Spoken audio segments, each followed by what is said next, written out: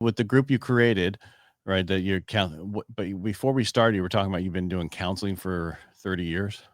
Yes. So, After, so Jerry, when you after, got out of the service, what did you do? well, I Because 30 became a years ago was lineman. only about when you were in your 50s, right? Yeah, this is 1968. So Well, I mean, what close I'm to, getting at is you said you've been doing counseling for 30 years. Well, yeah, I know you're close over- to 80, right? yeah, yeah, Yes. very So that much. means you started it in your at 50. So what did you do before all that? I was I was in telecommunications, engineering, and construction. I retired after 30 years in that field, and went into counseling right after that. The reason I went into counseling, Ed, is because of the things that I was doing that were pushing the people away from me.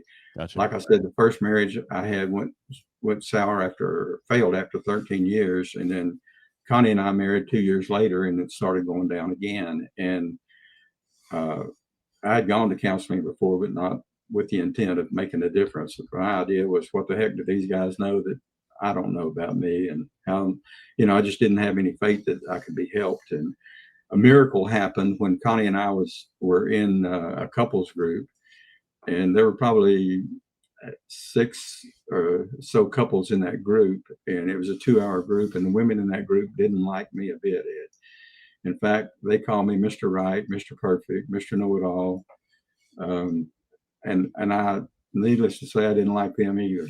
But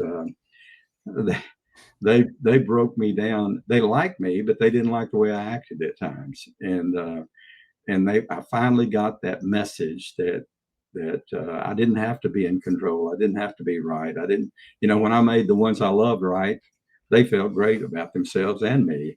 When I made them wrong, they felt terrible about themselves and didn't like me either.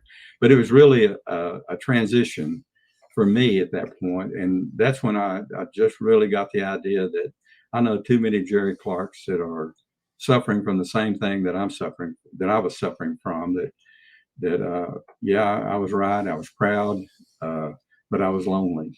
And I thought, I want to go back and get an education because I just wanted to help others see what I finally could see. And it's been an amazing trip since then. I, I can't imagine the 30 years I spent in telecommunications.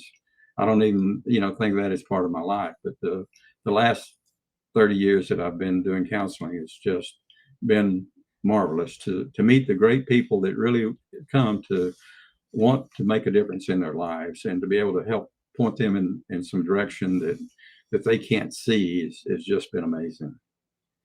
So, because my dad worked for Ma Bell, so not everybody understood that, right? We'll tell you Yeah. how old you are if you understand that.